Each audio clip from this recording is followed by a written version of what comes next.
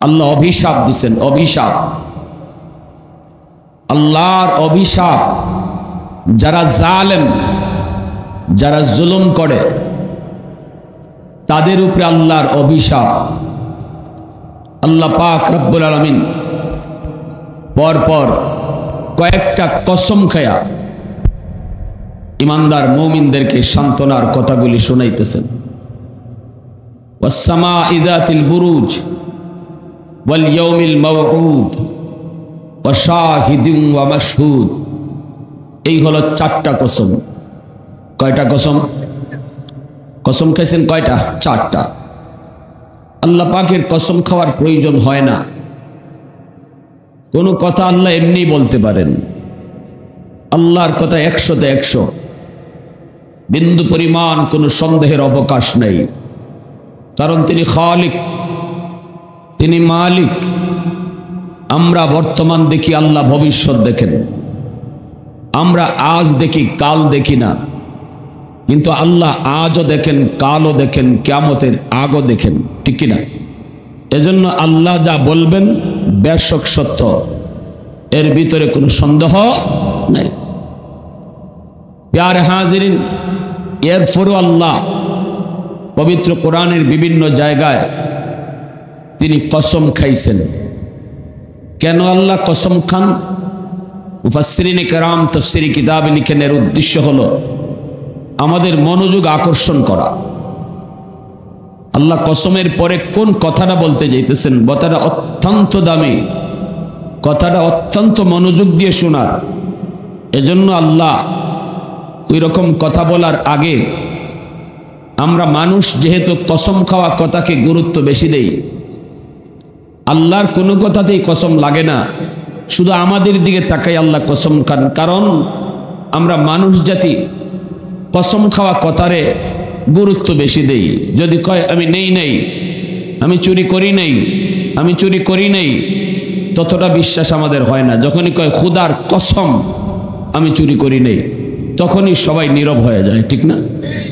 আরেকজনে কবে বেটা বাদ দে, কসম খাইলেছে, আর কথা চলে না। আমরা কসম খাওয়া কথাকে যেহেতু আমরা বেশি গুরুত্ব দেই, শুধু এই কারণে আল্লাহ কসম খান আমাদের দিকে তাকায়, আমাদের মতো কইরা, আমাদের মন মানসিকতা, চিন্তা চেতনা, আমাদের মেন্টেড, আমাদের মাইন্ড, এইগুলার দিকে খেয়াল করে আল্লাহ পাক কসম খান। যেমনভাবে দেখবেন একটা বাচ্চারে মা যখন পানি খাওয়ায়, মা কিন্তু বাচ্চাটারে পানি কয় না, কি কয়? মাম। বাবা এই যে নাও মাম, মাম, মাম। এটা পানি, এটা মাম না। কিন্তু মা কি পানি বলতে পারে না? 100% মা পানি বলতে পারে, কিন্তু কেন বলে না? বাচ্চাকে বোঝানোর জন্য। কারণ বাচ্চা পানি বুঝে না, মাম বুঝে। বলি লুতি, লুতি, অথচ এটা রুটি। বাচ্চার রুটি ভালো বুঝে না, ওরে লুতি বললে ভালো বুঝে। এজন্য আমরা বাচ্চাদের খাওয়াইতে বলি বাবা এই যে লুতি, লুতি। তাই বলি কি আমরা রুটি বলতে পারি না? পারি। বাচ্চাকে বোঝানোর স্বার্থে লুতি বলি। ঠিক আল্লাহ তার কোনো কথাতেই আল্লাহর কসম লাগে না, শুধু আমাদের কারণে, আমাদের দিকে খেয়াল কইরা। আমরা যেহেতু কসম খাওয়া কথাকে গুরুত্ব বেশি দেই, এজন্য আল্লাহ কসম খান। ওয়াস-সামাঈ যাতিল বুরুজ ওয়াল ইয়াউমিল মাওউদ ওয়া শাহিদিন ওয়া মাশহুদ। আল্লাহ পাক রব্বুল আলামিন এই জায়গার মধ্যে চারটা কসম খাইছেন। চারটা কসম খাই আল্লাহ পাক তাম দুনিয়ার সমস্ত মুসলমানকে সান্ত্বনা দিছেন। আর সান্ত্বনা দেওয়ার উদ্দেশ্য হলো, সান্ত্বনার পরে আল্লাহর একটা মেসেজ আছে। সান্ত্বনার পরে আল্লাহ পাকের মেসেজ হলো, এরে মুমিন মনে রাখো ঈমান বহুত দামি জিনিস। এই ঈমান আনার পর তোমার উপরে ঈমানের পরীক্ষা আসবে। ঈমানের পরীক্ষা ছাড়া কোনোদিন ঈমানদার তুমি সত্যিকারে মুমিন হতে পারবে না। কারো ঈমানের পরীক্ষা হবে একটু সহজ, কারো ঈমানের পরীক্ষা হবে কঠিন, কারো উপর ঈমানের পরীক্ষা আসবে একবার, কারো উপর ইমানের পরীক্ষা আসবে 2 বার, কারো উপর ইমানের পরীক্ষা আসবে বারবার। পরীক্ষা দিতেই হবে। আল্লাহ নিজে বলছেন, তুমি দাবি করবা ইমানদার আর পরীক্ষা দিতায় না, ওই তুই পারে না, এটা ইম্পসিবল, হতেই পারে না।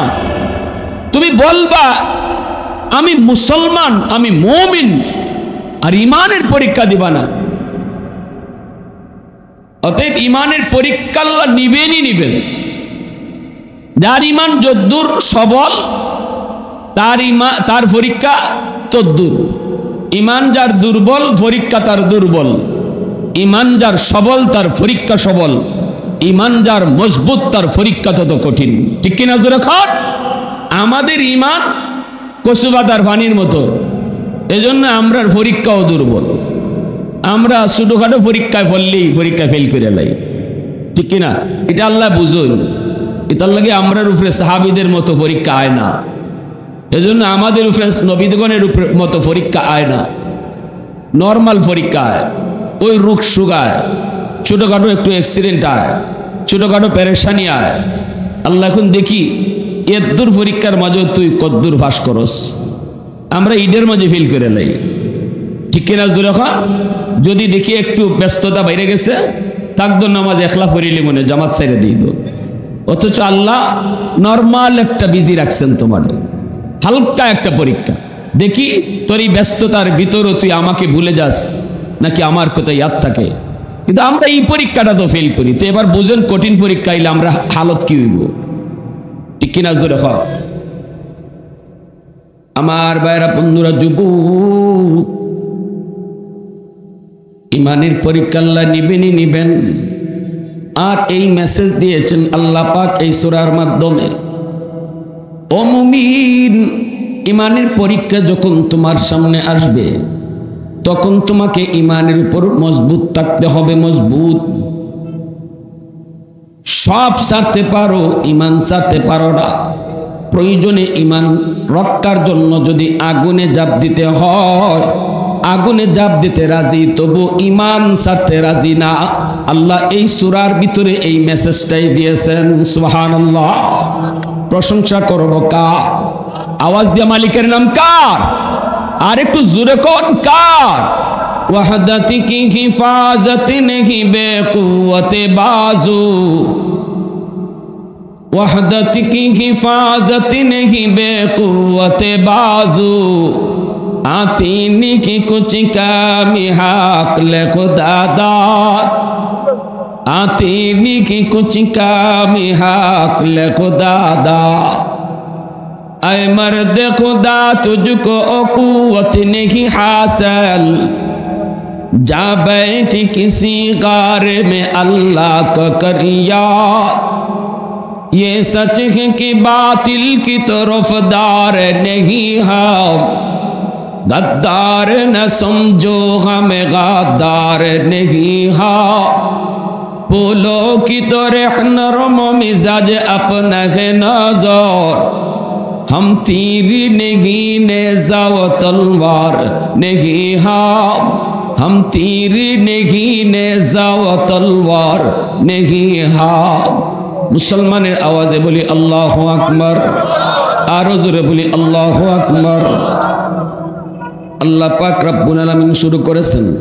এইবার আল্লাহ পাক রব্বুল আলামিন শুরু করেছেন কসম দিয়া। কি কইবেন কসমের পরে? আগে কসম কোন কোন জিনিসের খাইলেন একটু শুনি।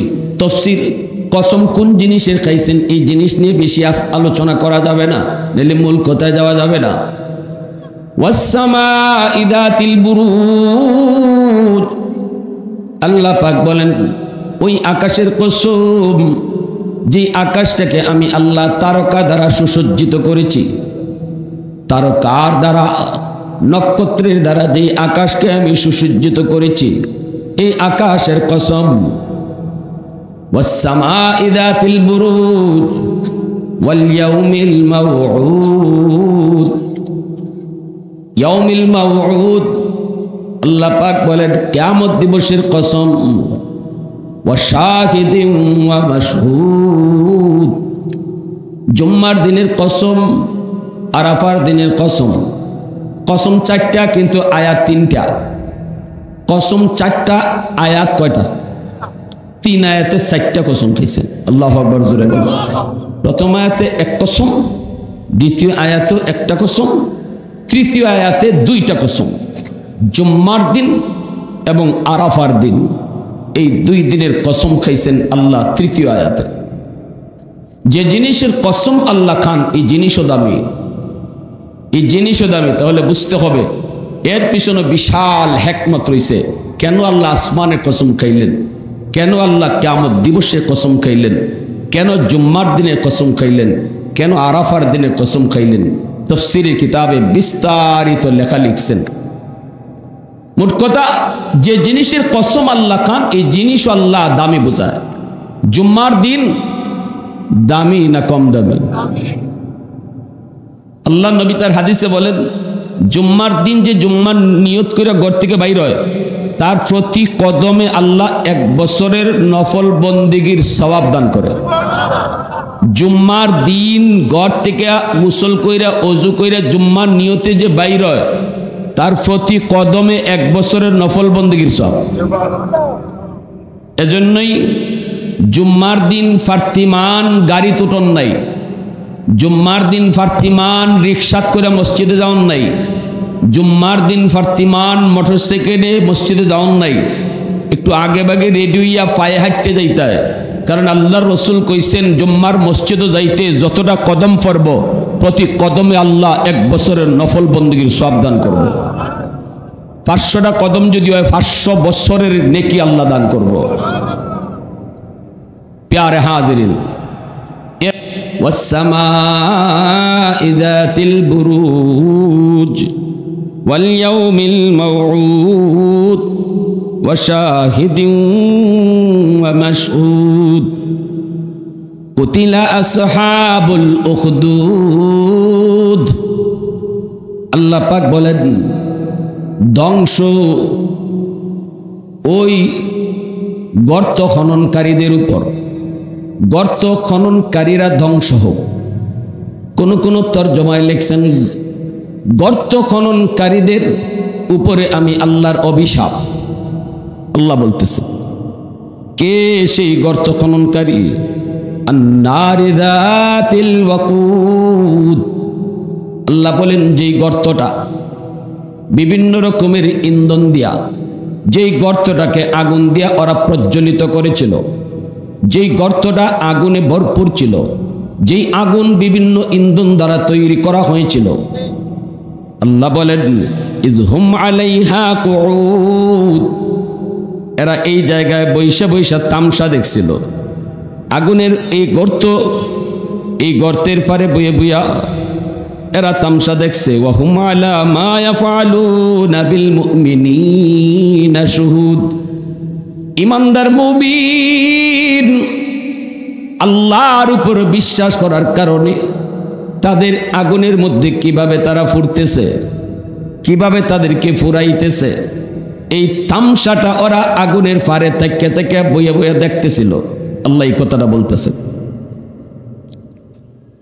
কি ছিল সেই গর্ত, কি ছিল সেই গর্তের খননকারীরা, কি সেই ঘটনা? ঘটনাটা একটু শুনলে আমরা বুঝবো।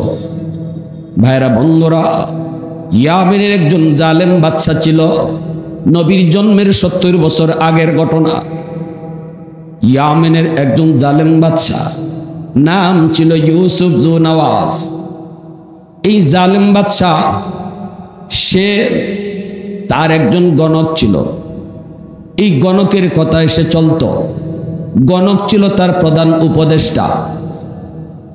এই উপদেষ্টা যখন অসুস্থ হয়ে যায়, বাদশাকে বলল, বাদশা আমি অসুস্থ হয়ে পড়েছি, কোন দিন জানি আমি মরে যাই, আমার এই বিদ্যাটা কাউকে না কাউরে শেখানো দরকার। আমার মরণের পর সে যেন আপনাকে অ্যাডভাইস করতে পারে, সে যেন আপনাকে চালাইতে পারে, তার কাছ থেকে আপনি যেন উপদেশ নিতে পারেন। একটা ছোট্ট বালক নিপান দেখেন, তালাশ করে করে একটা বালক তাদের পছন্দ হলো। এই বালকটারে নিয়ে আসলো, যার নাম হলো আব্দুল্লাহ তামির। এই আব্দুল্লাহ তামির একটা ছোট্ট বালক, ওই বালকটারে তারা আনলো। বালকরে বলল, বালক এই আব্দুল্লাহ, আজ থেকে তুই আমার রাজ দরবারে থাকবি, তোর থাকা খাওয়া তেল পানি সব ফ্রি, তুই থাকবি এখানে। আর ওই যে আমার জ্যোতিষী, ওই যে আমার গণক, গণকের কাছে প্রতিদিন যায় তুই বিদ্যা শিখবি, এই হলো তোর ডিউটি। ভবিষ্যতে তুই রাজ্যের প্রধান উপদেষ্টা হবে। আব্দুল্লাহ তামির প্রতিদিন তার রুম থেকে সে যায়, বাদশাহ রাজ দরবার থেকে সে গণকের কাছে, জ্যোতিষীর কাছে যায় জ্যোতিষী বিদ্যা শিক্ষার জন্য। আমার ভাইরা বন্ধুরা, এইদিকে যায় আর যায়, যায়। আসা যাওয়ার পথে একটা জঙ্গল, একটা জঙ্গলের ভিতর দিয়া ওই জ্যোতিষীর বাড়িতে যেতে হয়। হঠাৎ করে একদিন আব্দুল্লাহ জঙ্গলের ভিতরে তার কানে একটা সুমধুর আওয়াজ আসলো। সেই সুমধুর আওয়াজটা হলো আমার আল্লাহ পাকের নামের জিকির। আল্লাহু আকবার জোরে কও। জঙ্গলের ভিতরে কে যেন এত মজা, এত মজা, এত মায়া করে কোন নামের জিকির যেন করে গো। এই নামের ভিতরে এত মজা, এই নামের ভিতরে এত স্বাদ। আল্লাহ নামের জিকিরের আওয়াজটা আব্দুল্লাহর কানে আসতি। আব্দুল্লাহ কয়, এতদিন দইরা জ্যোতিষীর কাছে যাই, কত বিদ্যা শিখি, কত মন্ত্র শিখি, কিন্তু এটা কোন মন্ত্র যেই মন্ত্রের আওয়াজে আমি বেহুশ হয়ে গেছি। আল্লাহু আকবার। কোথা থেকে এই আওয়াজ? কে সেই মহামানব? কোন দিক থেকে ওই আওয়াজ? আব্দুল্লাহ একটু কান খাড়া করে চেষ্টা করলো বোঝার জন্য। আস্তে আস্তে যেই দিক থেকে আওয়াজ আসতেছে এই দিকেই আব্দুল্লাহ আগাইতেছে। আগাইতে আগাইতে সে যায় দেখলো ঝুপড়ির ভিতরে আড়ালে একজন সাধক, একজন রাহেব, ঈসা ধর্মের উপরে। সে একজন পণ্ডিত, মূর্তি পূজারী না, ওই বাদশার ধর্মের লোক না, অগ্নি পূজারী না, এক আল্লাহতে বিশ্বাসী। সে বসে বসে আল্লাহ নামের জিকির করে। আল্লাহ নামের জিকির, আল্লাহ নামের জিকিরটা শোনা মাত্রই আব্দুল্লাহর মন চিন্তা চেতনা কেমন যেন হয়ে গেল। পাশে যে বসে পড়ল। যতই আল্লাহ নামের জিকির শোনে ততই শুধু তার মায়া লাগে, ততই শুধু তার জাদু জাদু লাগে। এত মায়া কেন এই নামে, এত জাদু কেন এই নামে? যে এই নামের মজা পাইছে সে তো এই নাম ছাড়তে পারে না, ঠিক কিনা জোরে কও? এই নামের মজা যে পাইছে সে তো পাইছে সেই বুঝে। এজন্যই তুই ইব্রাহিম খলিলুল্লাহ, আল্লাহ পাকের বন্ধু। ফেরেশতারা জিজ্ঞেস করেছিল, মালিক মানুষ তোমার কেমন করে বন্ধু হয়? বন্ধু যদি হতে হয় তাহলে আমরা ফেরেশতারা কেউ হইতাম, ইব্রাহিম তোমার কেমনে বন্ধু হলো? আল্লাহ কই, ইব্রাহিম আমার নামের পাগল, ইব্রাহিম আমার নামের পাগল, এত পাগল। ফেরেশতারা কই বুঝি না। আল্লাহ কই বুঝতে চাইলে পরীক্ষা করো, যা একটু নিজেই তোমরা পরীক্ষা করো। মানুষের সুরত ধরে একজন ফেরেশতা আসলেন। ইব্রাহিম খলিলুল্লাহ কেমনে আল্লাহর খলিল হলেন? কেমন করে তিনি আল্লাহর বন্ধু হলেন? আল্লাহ নামের কেমন পাগল এটা বোঝার জন্য মানুষের নমুনায়, মানুষের সুরত ধরে একজন ফেরেশতা তার পাশ দিয়ে যাইতেছেন। ইব্রাহিম খলিল তখন অনেকগুলি ছাগল রাখালি করেন। ছাগলগুলির মালিক আল্লাহর বন্ধু আল্লাহর খলিল ইব্রাহিম নিজে ছাগল রাখালি করতেছেন। ফেরেশতা পাশ দিয়ে যান আর আল্লাহ নামের জিকির করেন। ফেরেশতায় আল্লাহ নামের জিকির করে। ইব্রাহিম খলিলকে শোনায়া শোনায়া সুবহানাদিল মুলকি ওয়াল মালাকুত জাল ইজ্জতি ওয়াল আজমাতি ওয়াল কিবরিয়াই ওয়াল জাবারুত, এত সুন্দর করে মালিকের নাম, এত সুন্দর করে আমার আল্লাহ পাকের জিকির। এই নামটা ইব্রাহিম খলিলের কানে আসা মাত্রই তিনি ওই মানুষটার দিকে একদম তীক্ষ্ণ নজরে চাইয়া শুধু চাইলেন না, বরং এই নামের আশিক হওয়ার কারণে তার কাছে দৌড় দিয়া হাজির হয়ে গেলেন। কোমরের মধ্যে দইরা কই, কে কে কে গো তুমি? কই যাও? কি তোমার পরিচয়?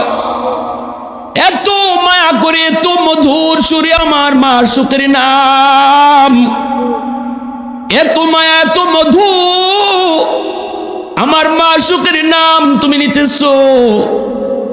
কই যাও তুমি? যেও না, আমাকে আমার মাশউকের নামটা আরেকবার শোনাও।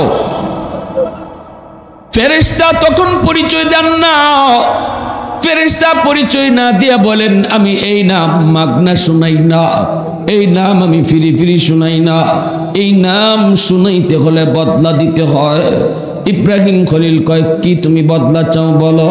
ফেরেশতা বলেন, অর্ধেক ছাগলের ফাল আমারে দিবা, বিনিময়ে শুধু একবার শুনাইমু।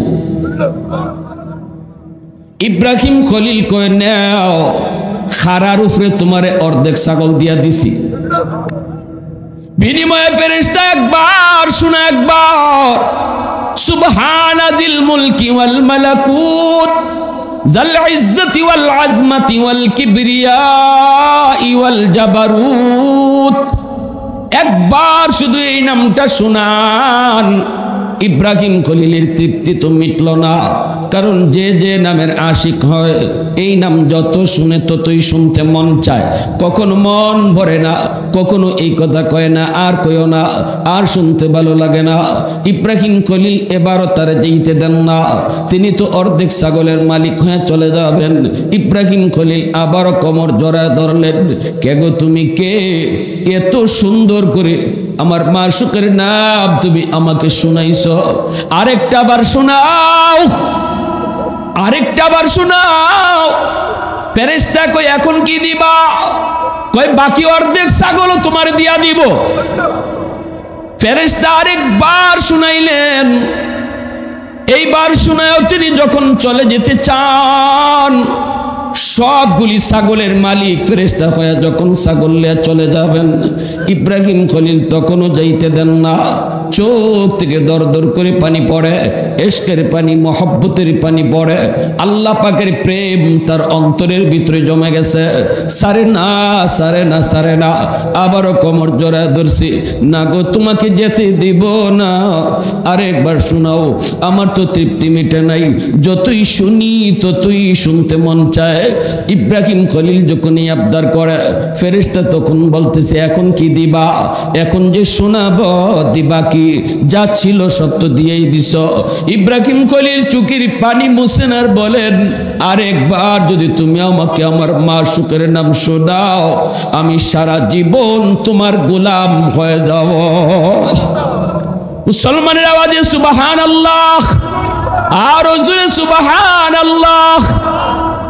আহাদুল লাইসা কামিসলিক সামাদুল লাইসা কাফাদলিক লিমানিল মুলকু তুগুই তু সাজাওয়ার খুদাই, তু খুদাওয়ান্দে ইয়ামিনি, তু খুদাওয়ান্দে ইয়াসারি, তু খুদাওয়ান্দে জমিনি, তু খুদাওয়ান্দে সামাই, তু রহিমি, তু করিমি, তু সামিঈ, তু বসিরি, তু মুইজ্জি, তু মুদিল্লি, তু মালিকিল আরশি বজাই, বরি আজ চুও চেরাই, বরি আজ সুরত রঙ্গি, বরি আজ ইজ্জ নিয়াজি, বরি আজ বেম উমিদি, বরি আজ খুরদন অখুফতন, বরি আজ তুহমতে মরদান, বরি আজ বেম উমিদি, বরি আজ রঞ্জ বালাই।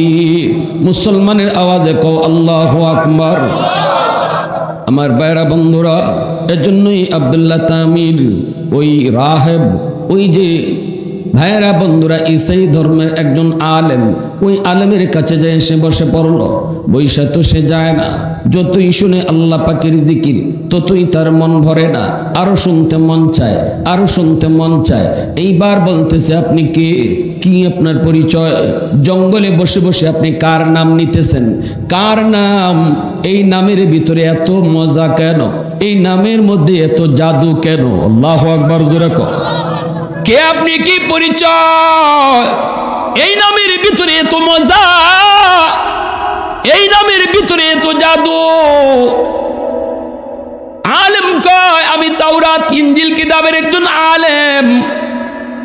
এই নাম আমার মাশউকের নাম, এই নাম আমার মাবুদের নাম। এই নাম আমার খালিক আর মালিকের নাম। আব্দুল্লাহ কই আমাদের খালিক কেডা? আমি তো জানি আমাদের খালিক হলো এই বাদশা। বাদশা নিজের খোদা দাবি করে, নাউজুবিল্লাহ, জোরে কও। বাদশা আমাদের খোদা, কিন্তু আলেম কয় না বাদশা আমাদের খোদা নয়, খোদা আমাদের আল্লাহ, যিনি আমাকে বানাইছেন, তোমাকে বানাইছেন, এমনকি বাদশারও যিনি বানাইছেন ইনি হলেন আমার তোমার খোদা। আব্দুল্লাহ এই কথাটা শুনলো, শুই না সে এইবার কয় আমাকে আপনি এই কালেমা পড়ায় দেন। আল্লাহু আকবার, জোরে কও। এই কালেমা আপনি আমারে পড়ায় দেন, এই কালেমা আমারে পড়ায় দেন, এই নাম আপনি আমারে শিখায় দেন, এই নামটা আমারে আপনি শিখায় দেন। আলেমে কয় তুমি কেডা? কয় আমি আব্দুল্লাহ। কি করো তুমি? কয় বাদশাহ আমারে আনছে জ্যোতিষী বিদ্যা শিখার জন্য। আমি জ্যোতিষীর কাছে আসা যাওয়া করি, জ্যোতিষীর কাছ থেকে আমি জাদু শিখি, আমি ওই রকমভাবে গণনা শিখি। কিন্তু এই কথা শোনা মাত্রই আলেমে কয় না বাবা, তুমি যদি এখানে ঈমান জাহির করো, তুমি যদি মুসলমান হও, তাহলে তোমাকেও বাদশাহ হত্যা করবে, আমাকেও হত্যা করবে। না বাবা, এটা হয় না, বিপদ আসবে, বিপদ। তাম দেশের সবগুলি মানুষ হলো এই মূর্তি পূজারী, অগ্নি পূজারী, এরা বাদশারে খোদা কয়, বাদশাও নিজেরই খোদা কয়। এই অবস্থায় তুমি আমি বেঁচে থাকা সম্ভব না, এটা রিক্স, হাই রিক্স হয়ে যাবে।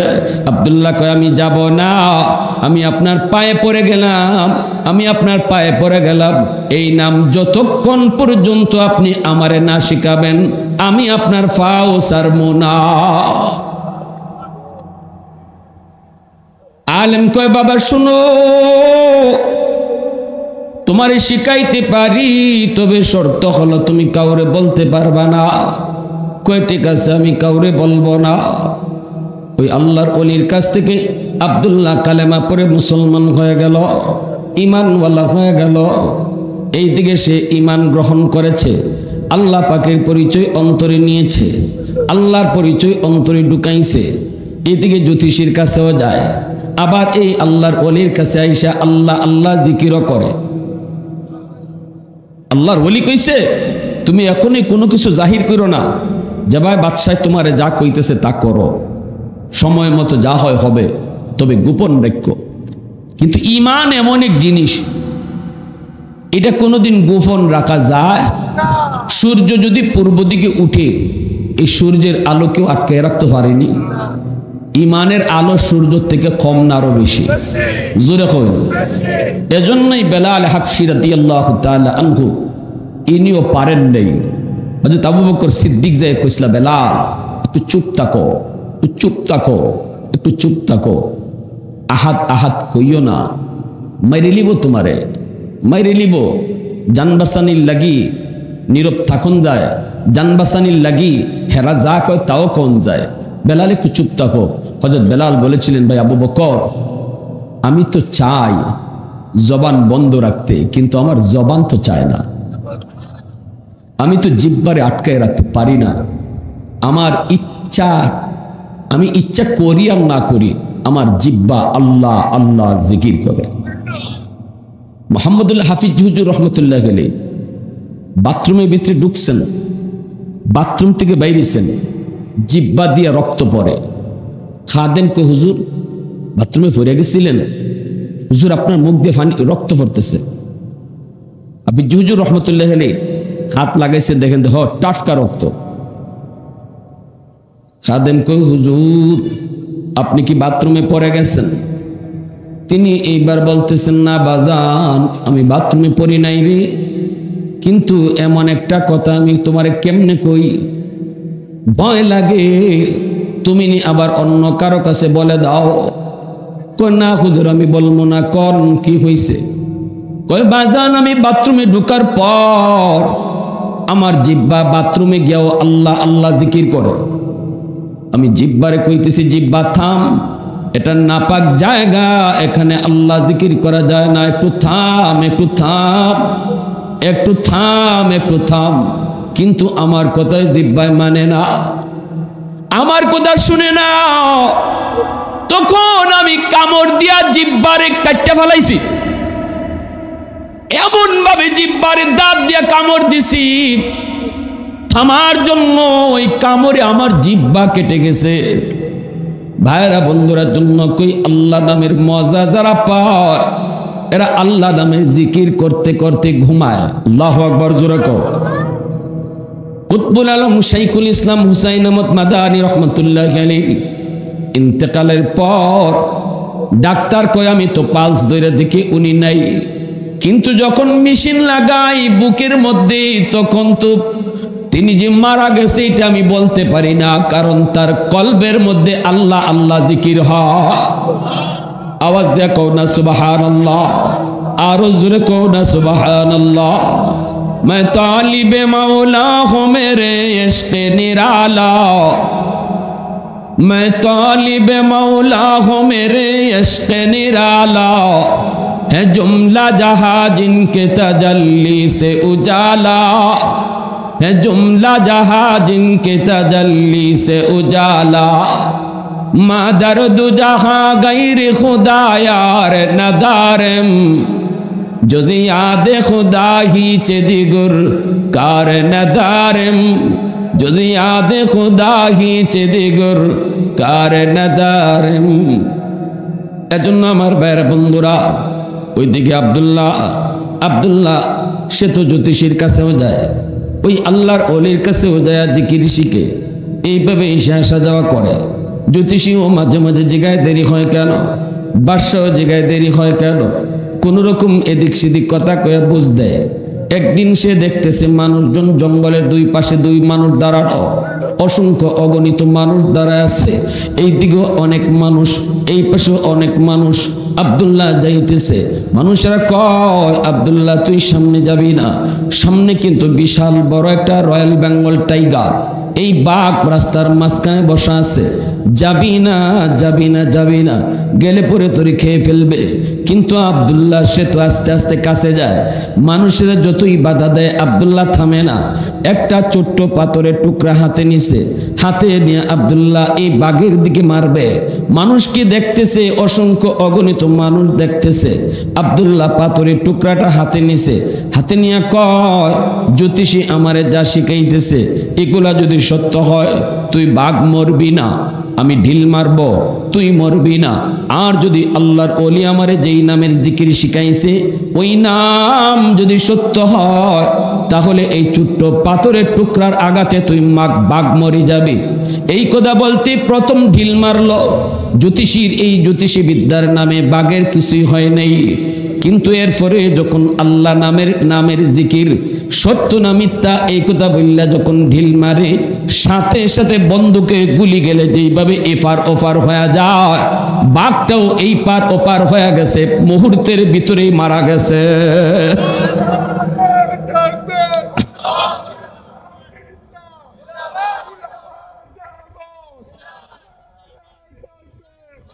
হাজারো হাজারো মানুষ, অসংখ্য গণিত মানুষ সবাই তাকা তাকা দেখলো আব্দুল্লাহর ছোট্ট একটা ঢিলের দ্বারা বাঘ মরে গেল। প্রথম ঢিলের দ্বারা মরল না, প্রথমটার দ্বারা মরল না, দ্বিতীয়টার দ্বারা মরে গেল। এলাকার মধ্যে হইচই পড়ে গেল, সবাই হইচই পড়ে গেল। হায় হায় আব্দুল্লাহ কি জানি কয়, কইয়া কি জানি মারে, মুহূর্তের ভিতরে কাম হয়ে যায়। অর্থাৎ আল্লাহ পাক রব্বুল আলামিন আব্দুল্লাহরে আল্লাহ পাক এতটাই কবুল করেছে, আব্দুল্লাহ ঈমান আনার লগে লগে আল্লাহ তারে ওলির খাতায় নাম উঠায় দিছে। শুধুমাত্র ওলি নয়, বরং মুস্তাজাবুদ দাওয়া আল্লাহ বানায় দিছে। আব্দুল্লাহ হাত উঠে যা চায় আল্লাহ তাই দেয়। আল্লাহু আকবার জোরে কও। মুস্তাজাবুদ দাওয়া আল্লাহ পাক বানায় দিছে।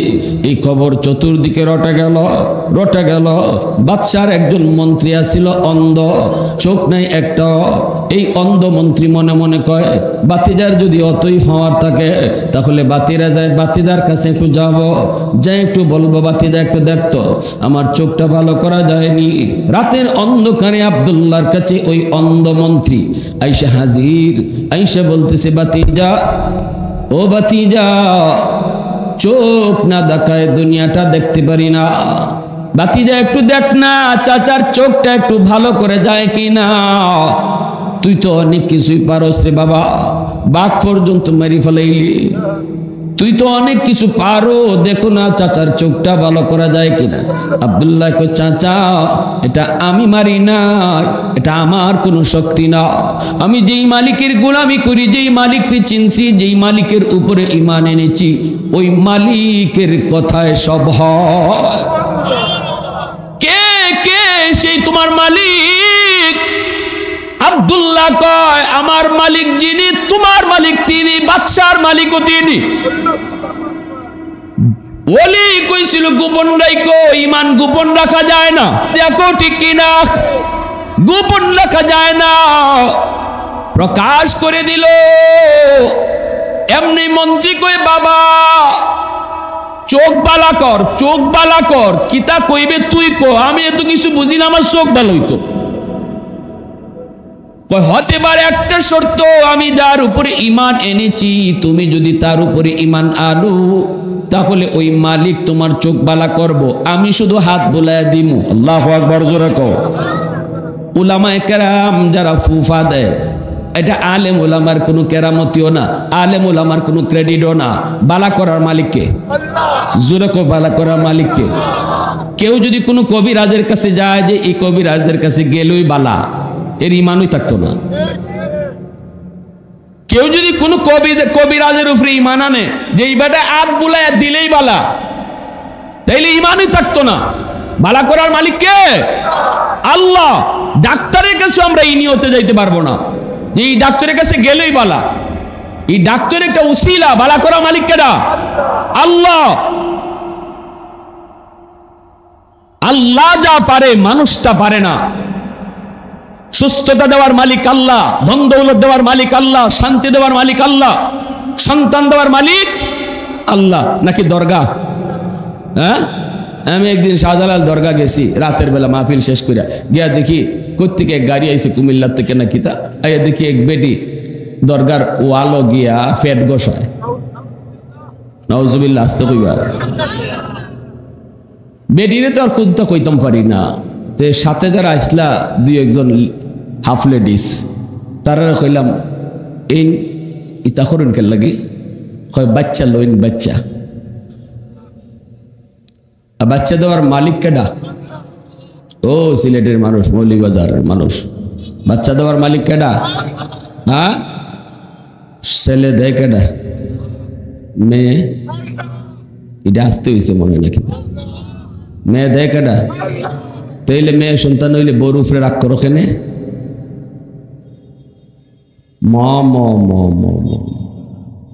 ফুয়া ওইলে পরে বাপরে মাইক লিয়া ঘোষণা, ফোনের পর ফোন, ওটা আমার আল্লাহ এক ফুয়া দিছে।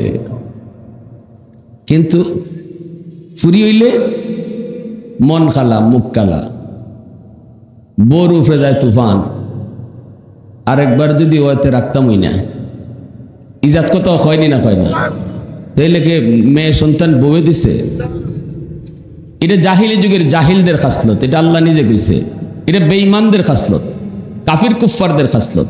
মেয়ে সন্তান হইলে মুখ কালা করে লওয়া। মেয়ে সন্তান ঘরের রহমত আর বরকত লইয়া আয়। মেয়ে সন্তান ঘরে রহমত আর বরকত লইয়া আয়। এজন্য আমার ভাইরা বন্ধুরা, জন্য বলছিলাম মনোযোগ আমার দিকে একটু, দিলটা নরম করে কথাগুলা বুঝেন। আব্দুল্লাহ যখন এই মন্ত্রীর কইল ঈমান আনতে হবে, মন্ত্রী কয় ঠিক আছে আমি আনলাম। কও কি কওয়া লাগবো? কালেমা পড়ায় দিল। অন্ধ মন্ত্রী সে কালেমা পড়ে মুসলমান হয়ে গেল। এরপর আব্দুল্লাহ কই দিছে সাবধান, এটা কারো কাছে কইও না। কয় ঠিক আছে কইতাম না। মন্ত্রী পরিষদের সামনে বাদশাহ যখন দেখা করতে আসলো, একজন একজন করে দেখা করে, হঠাৎ করে বাদশাহ কানা মন্ত্রীর সামনে গিয়া দেখে বড় বড় চোখ। তা তো চোখ ভালোই গেছি কেন? কি রে কানা, তোর চোখ করতে গাইল? অন্ত ফরসেনে বিপদ, হাসা কথা কোন লাগবো না নি। আব্দুল্লাহ দ্বারা গেছিলাম, আব্দুল্লাহ হাত বোলায় দিছি। পস্কি তুই কার নামে হাত বুলাইছে? কয় আব্দুল্লাহর খালিকার মালিকের নামে। কয় আব্দুল্লাহর খালিকার মালিক কেডা? আমি তো তার মালিক। জি না। তারও তো ঈমান ঢুকে গেছি গা, ঈমান তো এটা গোপন রাখা যায় না, ঠিক না নি? কয় না, আপনি আমাদের খালিক নন, আপনি আমাদের মালিক নন। আমার আপনার খালিকার মালিক যিনি, আপনার খালিকার মালিকও তিনি হলেন কুল কায়নাতের খালিকার মালিক। বাদশা তো খেপে গেল, কয় তোর এটা কেডাই শিখাইছে? তো আব্দুল্লাহ শিখাইছে। কয় হায় হায়, আব্দুল্লাহ জ্যোতিষীর কাছে গিয়া বুঝি ইতৌহিকে আব্দুল্লাহ রে ডাকায় আনছে। আব্দুল্লাহ, কে তোরে এই খোদার কথা শিখাইল? এই জ্যোতিষী। কয় জ্যোতিষী শিখাইছে কসু। জ্যোতিষী যেটা শিখায় তো কুন্তুই না, পানিবাদ তো ফু দিলি জায়গা দেখে লাই যাবি ট্রাই কইরা। কত তুই এটা কার কাছ থেকে শিখস? জঙ্গলের আল্লাহর ওলির কাছ থেকে। বাদশাহ সৈন্য পাঠিয়ে দিল, যাও জঙ্গল থেকে আল্লাহর ওলিরে আইনা বাদশার সামনে শহীদ করা হলো। এরপরে আব্দুল্লাহ রে বলতেছে, আব্দুল্লাহ তোরে বড় আশা করে এনেছি, তোরে আমি সুযোগ দিলাম, এখনো সময় আছে, তুই আমার খোদা ক। আব্দুল্লাহ ক সম্ভব? ইমান যার অন্তরের ভিতরে এসেছে কখনো সেটা আর চলে ভোলা যায়? জীবন দিতে পারি গো, কিন্তু ইমান দিতে পারি না। এ আব্দুল্লাহ,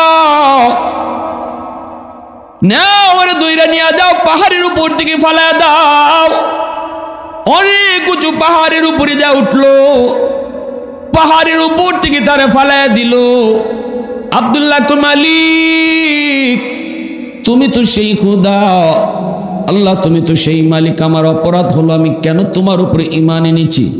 আল্লাহ তুমি তোমার কুদরত একটু দেখাও, তুমি যে খালিক, তুমি যে মালিক, তুমি যে সকল শক্তির মালিক, একটু তুমি দেখাও। সাথে সাথে আল্লাহ পাক আব্দুল্লাহ যেই মাটিতে পড়ব, পাহাড় থেকে যেই মাটিতে পড়ব, এই জায়গাটাতে আল্লাহ ফেরেশতারা কয়, ফেরেশতারা যাও দ্রুত যে আব্দুল্লাহর নিচে তোমরা ফুম বিছায় দাও। ফুম এত উঁচু থেকে পড়লো, আব্দুল্লাহর কোনো ক্ষতি হয় না। এইবার আব্দুল্লাহ তাকায় দেখে পাহাড়ের উপরে তার সৈন্যগুলি পাহাড়ের উপরে। আব্দুল্লাহ এবারও হাত রাখো, মালিক ও মালিক, এই জালেমগুলির একটু তুমি দেখায় দাও তোমার কুদরত। সাথে সাথে পাহাড়ের মধ্যে ভূমিকম্প শুরু হয়ে গেল। সবগুলি জালেম পাহাড়ের উপর থেকে মাটিতে ফইরা বর্তা। আসেনি আর অস্তিত্ব? বীর বাহাদুরের মতো বাদশার দরবারে যে হাজির। বাদশাহ কই, কিরে আব্দুল্লাহ তুই কি মরলি না? আব্দুল্লাহ কই, রাখে আল্লাহ, মারে কে? আমার সৈন্যগুলি কোথায়? আব্দুল্লাহ কয়, যে আল্লাহ আমারে রাখছে এই আল্লাহ তোমার সৈন্যরে ধরছে। ঠিক কিনা জোরে কও। আবার বাদশাহ কয়, সাগরের মাঝখানে নিয়ে ডুবাইয়া মারো, জাহাজে করে নাও। জাহাজে করে সাগরের মাঝখানে নিছে, ওখানে নিয়ে পানিতে ফেলাইছে। আব্দুল্লাহর জন্য আল্লাহ পাক পানিরে ফুলের বিছানা বানায় দিছে, ফুলের বিছানা আল্লাহ বানায় দিছে। আব্দুল্লাহ কয়, মালিক তোমার কুদরত দেখাও, জালেমদেরকে শাস্তি দাও। মুহূর্তের ভিতরে সাগরে তুফান শুরু হয়ে গেল। ঝড় তুফানের দ্বারা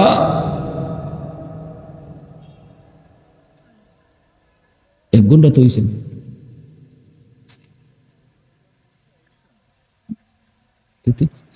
ঠিক আছে, এটা তো আমার একটা, আমরা তো মিনিমাম 1 ঘন্টা টাইম বেজে আছে। 1 ঘন্টা পরে আমি অটোই নামে যেতাম। আমি 1 ঘন্টার বেশি কোথাও বয়ান করিও না, এটা আমার আদতই নাই। তারপরে যদি আপনারা আমার কইতা যে আপনার সময় কিন্তু 40 মিনিট বা 45 মিনিট, আমি এর ভিতরে গুছাই নিয়ে আসতাম। শেষ কথা যেটা, শত চেষ্টার পরও আব্দুল্লাহকে মারতে পারলো না। আব্দুল্লাহ কইল, তুমি যদি আমার মারতেই চাও, একটাই পথ আছে, আমার আল্লাহর নামে তীর মারো, আমার কপালে লাগবো, আমার মরণ হইব। এছাড়া দুনিয়ার কোনো শক্তি আমারে মারতে পারতো না। বাদশাহ মারছে তীর, আল্লাহর নামে কপালে লাগছে, আব্দুল্লাহ শহীদ হয়ে গেছে। এই দৃশ্য দেখে ইয়ামেনের সব মানুষ কালেমা পড়ে মুসলমান হয়ে গেছে। এখন ওই শ্রেণী বিপদ গেছে একজন, আর বানাইয়া গেছে হাজার হাজার। ঠিক না?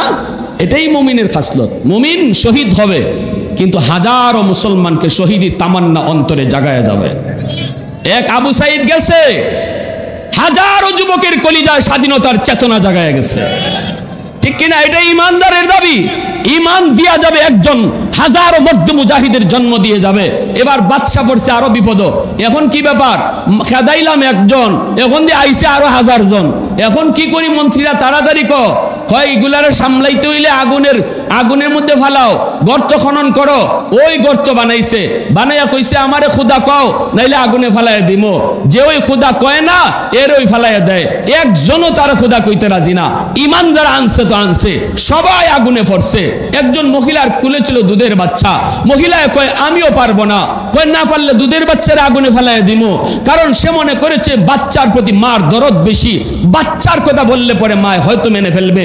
মায় কয় আমি হাজেরার উত্তরসূরি, বিবি হাজেরার উত্তরসূরি, সন্তানের ভয় দেখায়া ইমান থেকে সরানো যাবে না। এই বাচ্চাটারে, দুধের বাচ্চাটারে আগুনে ফেলাইয়া দিছে। তখনই আল্লাহ দুধের বাচ্চার জবান খুলে দিয়েছে। আগুনে থাকা 6 মাসের একটা দুধের বাচ্চায় ভাষণ দিছে। সেই ভাষণটাই আল্লাহ পাক পবিত্র কোরআনে সূরাতুল বুরুজে রিলে করে তাম দুনিয়ার নির্যাতিত সমস্ত মুসলমানকে মেসেজ দিলেন, ঈমান যাবে না, জীবন যাবে, ঈমান ছাড়া যাবে না। ঠিক কি না? বাচ্চাটা আওয়াজ দিয়ে কইছিল, মা এটা আগুন না, ইব্রাহিমের ফুলের বাগান, মা তুমি ভয় পেও না। মাও আগুনে গেছে। আল্লাহ পাক এই ঘটনাটা পবিত্র কোরআনে সূরাতুল বুরুজে উল্লেখ করে তাম দুনিয়ার কিয়ামত পর্যন্ত যত মুসলমান নির্যাতিত নিপীড়িত হবে দুনিয়ার সবাইকে মেসেজ দিয়েছেন, তাদের চেয়ে তোমার জুলুম বেশি না, তোমার চেয়ে আর 1000 গুণ বেশি জুলুম তাদের সাথে হয়েছে, তবু ঈমান ছাড়ে নাই, আগুনে ঝাঁপ দিয়েছে, ঈমান ছাড়ে নাই। অতএব তোমরাও, ঈমান তোমার সবচেয়ে বড় দৌলত।